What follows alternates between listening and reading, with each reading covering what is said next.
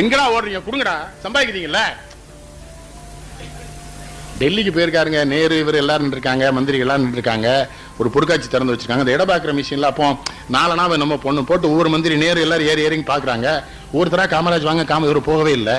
நேரு கூப்பிடாரு, போகல. அப்புறம் நேரு கடைசி சொல்லி இருக்கிறாரு, அந்த 4 நாள் கூட அந்த ஆள்கிட்ட இருக்காதுடான் இருக்காரு நேரு. சாகும்போது நான் 10,000 ரூபா இருந்திருக்கு பேங்க் பேலன்ஸ். அந்த எம்பியா இருந்தனால வந்த பணம் இது. மேடல் தப்பா பேச விடுவாரா? நார்வேல் நாகராஜா தேர்தலில் போட்டிடுறாரு. ஜெயகாந்தன் கண்ணாசலம் பேசி போட்டாங்க. சின்ன நாமல பேசுறாரு.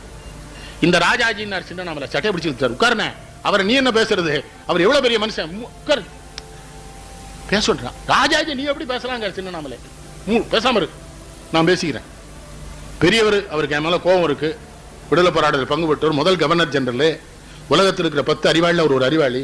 கோபப்படட்டும், பெரியவங்க கோபப்பட்டான்னாங்கிறார்.